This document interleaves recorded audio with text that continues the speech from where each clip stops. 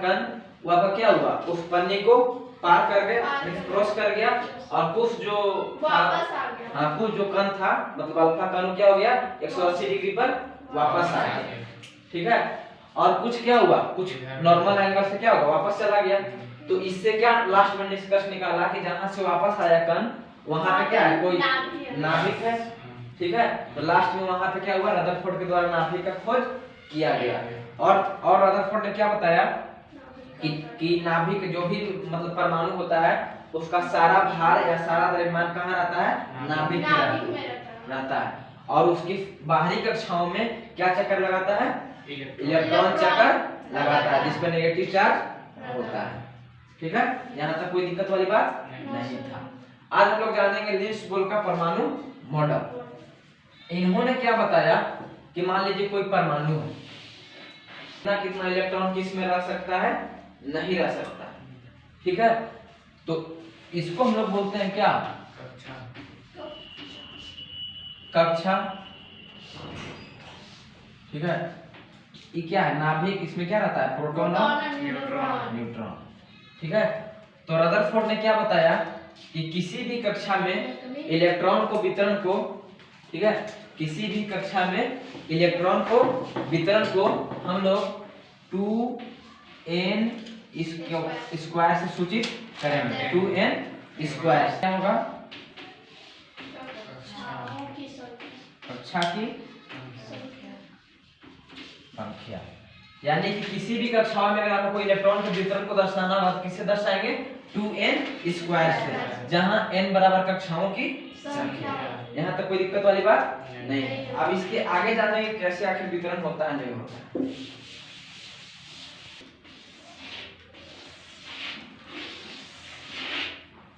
ये क्या है आपका परमाणु, वो क्या किसका चित्र है, परमाणु का चित्र, परमाणु है, ठीक है। इस परमाणु को इसको हम लोग क्या बोलते हैं, ये क्या है आपका नाभिक, न्यूक्लियस जिसको बोलते हैं ना। नाभिक में क्या रहता है, कोई भी परमाणु का सारा जो द्रव्यमान या सारा जो भार होता है कहाँ पे रहता है, नाभिक में रहता है, ठीक है। और यहाँ पे क्या रहेगा आपका, प्रोटॉन और न्यूट्रॉन। यहाँ तक किसी कोई डाउट वाली बात नहीं है। प्रोटॉन पर कैसा चार्ज रहता है, प्लस की माइनस, प्लस, और न्यूट्रॉन पे कोई चार्ज नहीं होता है, उदासीन होता है, ठीक है, यानी कि न्यूट्रल होता है। मीन्स इसको हम लोग बोलते हैं कि कक्षा, एल कक्षा, एम कक्षा, इस टाइप से आपका ही बढ़ते जाएगा, के एल एम एन। इसको हम लोग नाम दे सकते हैं, ये फर्स्ट है, ये सेकेंड है, ये थर्ड है, इस टाइप से। अगर और इसको बढ़ा देंगे तो क्या हो जाएगा आपका 4 नंबर, ये हो जाएगा, ठीक है। अब हम यहाँ देखें कि इसमें के में कितना ज्यादा से ज्यादा इलेक्ट्रॉन रह सकता है, एल में कितना इलेक्ट्रॉन रह सकता है, एम में कितना इलेक्ट्रॉन रह सकता है, और एन में कितना इलेक्ट्रॉन रह सकता है। हम जानते हैं कि किसी भी कक्षाओं में इलेक्ट्रॉन की संख्या को, वितरण को किससे डिनोट करते हैं, 2n स्क्वायर से। इसी का हम लोग यूज करेंगे, ठीक है। तो पहले के से स्टार्ट करते हैं, यानी के में कितना इलेक्ट्रॉन रहेगा, तो 2 का 2 इनटू n का जगह कितना लेंगे, 1, यानी कि 1 का स्क्वायर, यानी कि 1 का स्क्वायर कितना है, 1 और 2 2, यानी कि के कक्षा में ज्यादा से ज्यादा कितना इलेक्ट्रॉन रह सकता है, 2। उससे कम भी हम रख सकते हैं, ठीक है, लेकिन इससे ज्यादा नहीं रह सकता है। उसके बाद है आपका के के बाद कौन सा कक्षा, एल। अब हम लोग जाने हैं कि एल में ज्यादा से ज्यादा कितना इलेक्ट्रॉन रह सकता है। तो जस्ट वही सेम टू सेम काम करेंगे, 2 का 2 इनटू एल के जगह कितना रखेंगे वैल्यू, 2। तो 2 का स्क्वायर करेंगे, तो 2 का स्क्वायर यानी कितना, यानी कि टोटल कितना हो जाएगा 8। यानी कि एल कक्षा में जो है अधिक से अधिक 8 इलेक्ट्रॉन रख सकता है, और उससे कम भी हम लोग रख सकते हैं। यहाँ तक कोई प्रॉब्लम, कोई डाउट नहीं है। नेक्स्ट हम लोग चलेंगे एम में। अगर एम में चलेंगे तो 2 इनटू एम का मान कितना है, 3 को स्क्वायर करेंगे, यानी कि यहाँ पे कितना हो जाएगा 18। यानी कि एम कक्षा में ज्यादा से ज्यादा कितना इलेक्ट्रॉन रह सकता है, 18 रह सकता है, और उससे कम भी हम लोग रख सकते हैं, ठीक है। उसी टाइप से अगर n में हम लोग चलेंगे तो 2 का 2 और n का वैल्यू कितना है 4, तो 4 का स्क्वायर करेंगे, तो 4 का स्क्वायर कितना 16, और 16 दूना 32। यानी कि n कक्षा में ज्यादा से ज्यादा हम लोग 32 इलेक्ट्रॉन रख सकते हैं और उससे कम भी रख सकते हैं। सर यानी कि मेरा, हाँ बोलिए। एगो क्वेश्चन। हाँ, तो n में कितना हो सकता है 8, m में कितना हो सकता है 18, n में कितना हो सकता है 32। 2 8 18 32 याद रखना है। यहाँ तो कोई दिक्कत वाली बात नहीं है। अब हम लोग जानेंगे इसका यूज है क्या, कहाँ पे। ठीक है, तो जैसे मान लीजिए आपके सामने एक तत्व दिया हुआ, वो क्या तत्व आपका सोडियम है। ठीक है, सोडियम का परमाणु संख्या कितना होता है 11। ठीक है, यानी कि सोडियम का परमाणु संख्या कितना हो गया 11। अगर हमको इसको बोल दिया जाए कि हमको KLMN कक्षा में इसको हमको वितरण करना है, इलेक्ट्रॉन का कैसे वितरण करें। ठीक है, तो KLM और N इसी में जाएगा इलेक्ट्रॉन। तो K में कितना इलेक्ट्रॉन जाएगा, L में कितना जाएगा, M में कितना जाएगा और N में जाएगा कि नहीं जाएगा। अगर इसको हम निकालेंगे तो सबसे फर्स्ट कक्षा में कितना जाएगा 2, L में कितना जाएगा 8, L में कितना जाएगा, M में 1 का हमको कितना पुराना था 11 पुराना है, यानी कि 2 8 1। ठीक है, यहाँ तक कोई दिक्कत वाली बात नहीं है। यानी कि सोडियम का इलेक्ट्रॉनिक विन्यास यानी कि इलेक्ट्रॉनिक कॉन्फ़िगरेशन कितना हो गया 2 8 1। यहाँ तक कोई दिक्कत वाली बात नहीं है। अब इसमें हम लोग जानते हैं कि किसी भी परमाणु का जो बाहरी कक्षा का जो इलेक्ट्रॉन होता है, ठीक है, बाहरी कक्षा का जो इलेक्ट्रॉन होता है इसको हम लोग बोलते हैं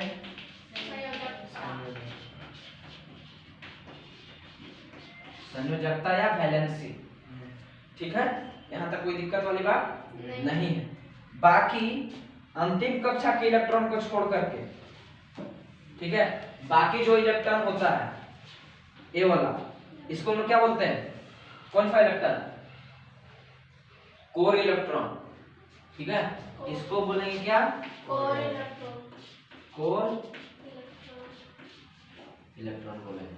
ठीक है, यानी कि अगर आपसे सवाल पूछेगा कि सोडियम का संयोजकता कितना होता है तो 1, ठीक है, और सोडियम का कोर इलेक्ट्रॉन कितना होगा तो 2 8 कितना 10।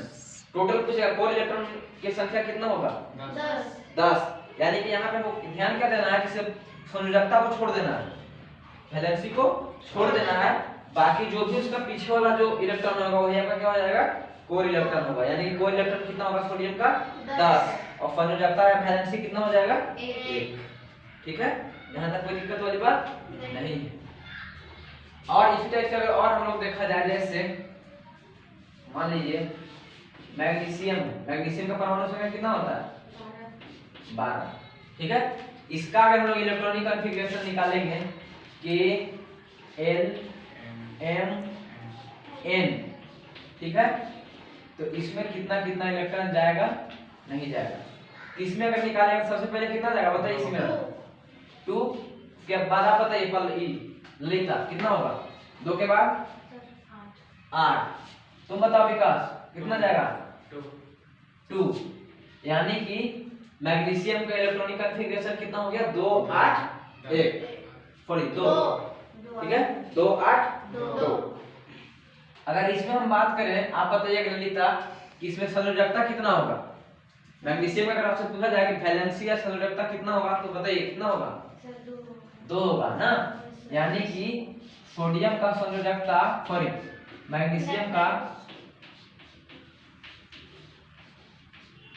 संयोजकता कितना हो गया 2 हो गया ना। ठीक है, और आप बताइएगा सिमरन ये क्या है, ये कौन सा इलेक्ट्रॉन इसको बोलेंगे कोर इलेक्ट्रॉन कितना हो जाएगा 10। यानी कि कोर इलेक्ट्रॉन की संख्या कितना होगा मैग्नीशियम का 10। ठीक है, यहाँ तक कोई दिक्कत वाली बात नहीं है। तुम बताओ विकास मैग्नीशियम का परमाणु द्रव्यमान कितना हो जाएगा 23। गड़बड़ है मामला 24।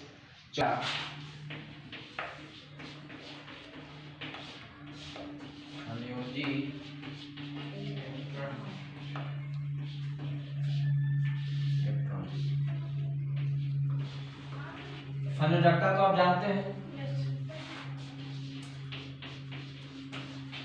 बाहरी कक्षा के इलेक्ट्रॉन को क्या बोलते हैं? संयोजकता या वैलेंसी। ठीक है। संयोजी इलेक्ट्रॉन क्या होता है? नया टर्म आया। ठीक है। जैसे अगर हम बात करें आपसे क्लोरीन की, क्लोरीन की परमाणु संख्या कितना होगा? 17। अगर इसका हम लोग इलेक्ट्रॉनिक विन्यास निकालेंगे तो कैसे निकलेगा? 2 8 7 और 7 7 का ठीक है। 2 8 7 8 2 10 7 17 हुआ। तो दूसरा सर उसको 8 में माइनस हटा देते हैं ना सर। अभी इलेक्ट्रॉनिक विन्यास निकाले हैं तो वो ठीक कैसे? है। यह क्या है आपका?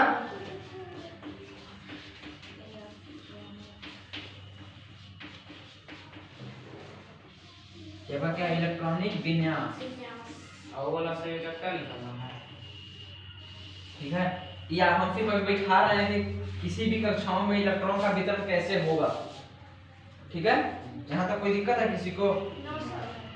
ठीक है।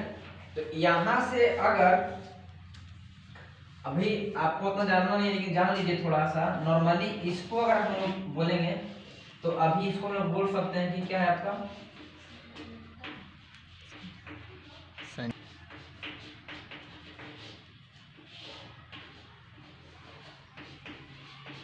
क्या आपका संयोजी इलेक्ट्रॉन हो सकता है।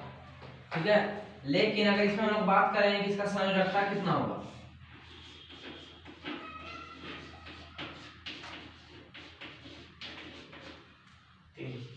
संयोजकता कितना होगा तो क्या निकालेंगे? ऑफिस में कोई आया है? ठीक है।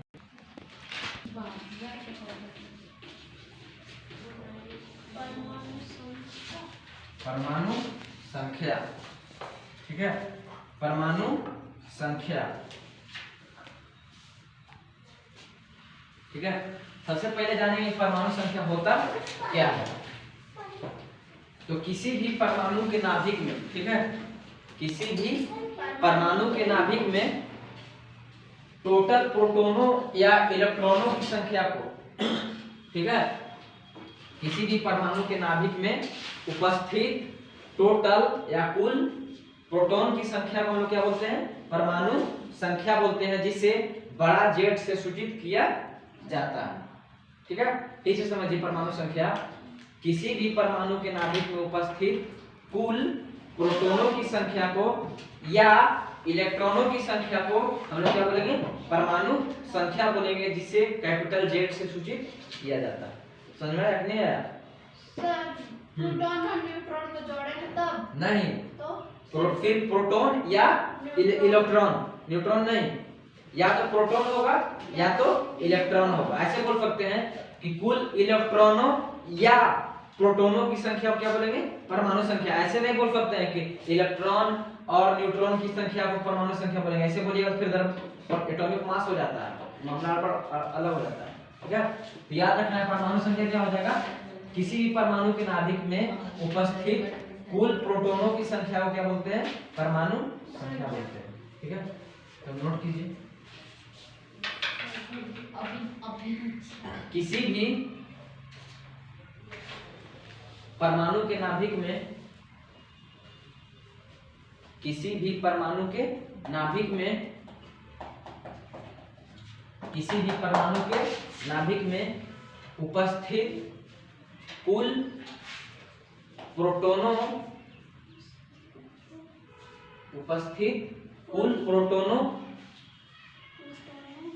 कुल प्रोटॉनों की संख्या को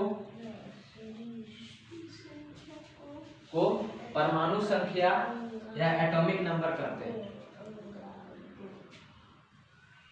कुल प्रोटॉनों की संख्या को परमाणु संख्या कहते हैं। इसे मीन्स परमाणु संख्या को जेड से सूचित किया जाता है।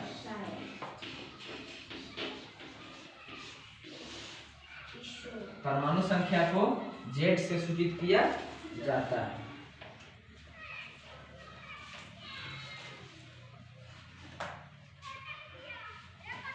ठीक है, जैसे हम लोग बोल सकते हैं कि हाइड्रोजन का परमाणु संख्या कितना होगा, एक। ठीक है, कार्बन का परमाणु संख्या कितना होगा, 6।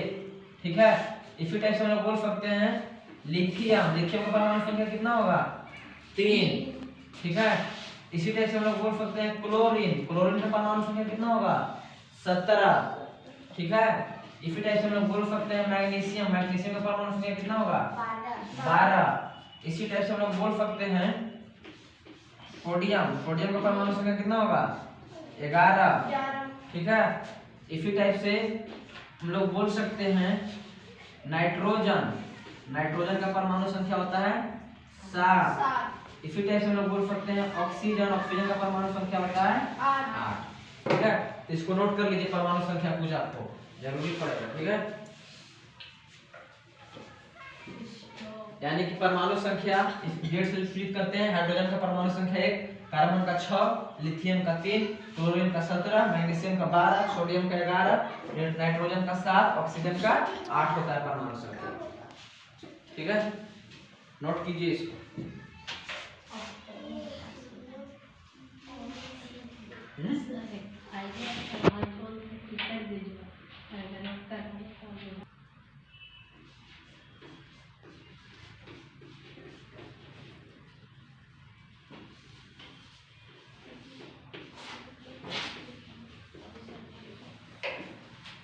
परमाणु द्रव्यमान संख्या, एटॉमिक मास नंबर क्या होता है, इसके बारे में हम लोग जानेंगे।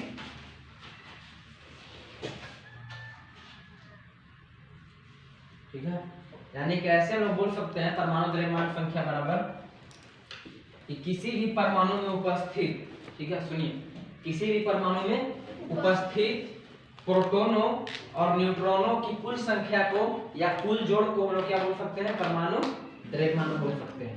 किसी भी परमाणु में उपस्थित कुल प्रोटॉन और न्यूट्रॉन की संख्या को हम लोग क्या बोलेंगे, द्रव्यमान संख्या बोलेंगे। इसे बड़ा ए से सूचित किया जाता है। ठीक है, नोट कीजिए। ठीक है, किसी भी नाभिक में उपस्थित किसी भी परमाणु में उपस्थित किसी भी परमाणु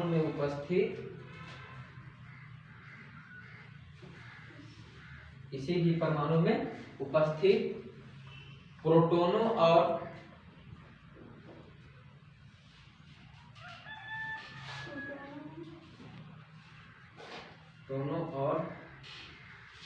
न्यूट्रॉनों की संख्या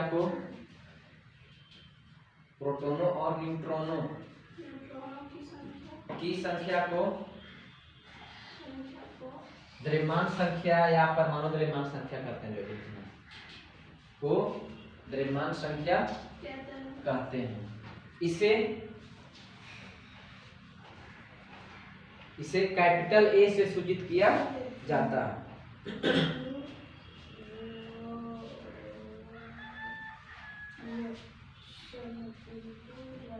इसे कैपिटल ए से सूचित किया जाता है। ठीक है, अब देखिए, जैसे आपके सामने दिया हुआ है,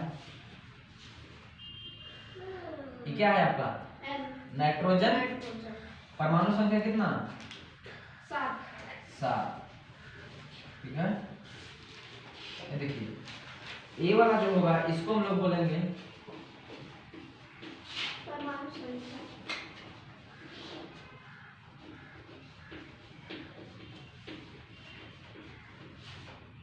परमाणु संख्या, जिसको हम इसमें विपरीत करते हैं जेड से। इसको बोलेंगे हम लोग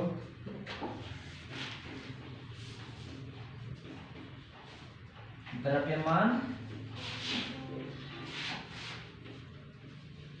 संख्या, जिसे कैपिटल ए से सूचित किया जाता है। ठीक है, नोट कर लीजिए इसको।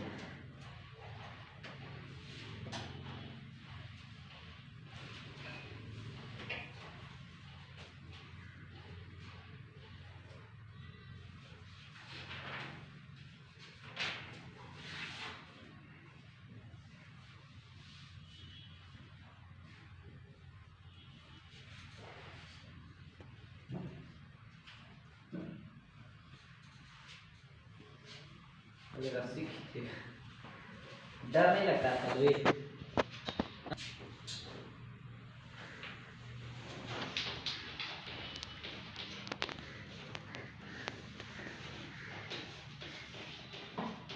प्रोटॉन की संख्या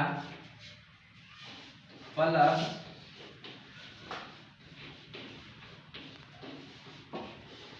न्यूट्रॉन की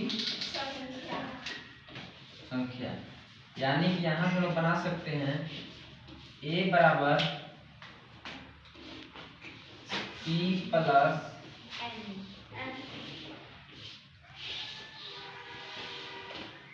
ठीक है, यानी कि मास बराबर यानी कि द्रव्यमान संख्या बराबर क्या हो गया?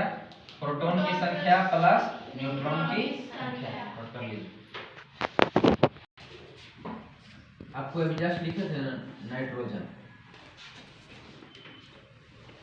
ये क्या है आपका? इसको हम लोग क्या बोलते हैं? और परमाणु संख्या किसको बोलते हैं? प्रोटॉन की संख्या को, यानी कि जो टोटल जो प्रोटॉन की संख्या होगा वही ना आपको परमाणु संख्या होगा। ठीक है, यानी कि प्रोटॉन की संख्या को क्या है दिया हुआ है। ठीक है, और ये क्या है आपका? यानी कि एटॉमिक मास, यानी कि इसका मान दिया हुआ है, इसका मान आपको दिया हुआ है। आपसे पूछ रहा है कि न्यूट्रॉन की संख्या क्या होगा। यहाँ से आपसे पूछ रहा है कि न्यूट्रॉन बराबर व्हाट, न्यूट्रॉन की संख्या बराबर क्या होगा। मेरे पास फार्मूला यही है क्या, यानी कि यहाँ इसको हम निकालेंगे पहले, यानी कि 14 हमको दिया हुआ है बराबर प्रोटॉन भी दिया हुआ है कितना 7 प्लस n, यानी कि n बराबर जब यहाँ से हम लोग निकालेंगे तो कितना 14 माइनस 7, यानी कि न्यूट्रॉन की संख्या मेरा कितना हो गया 7। यानी कि जब भी अगर हमको न्यूट्रॉन प्रोटॉन या कुछ भी निकालना हो तो इस फॉर्मूला से हम लोग निकाल सकते हैं, इधर उधर निकाल सकते हैं।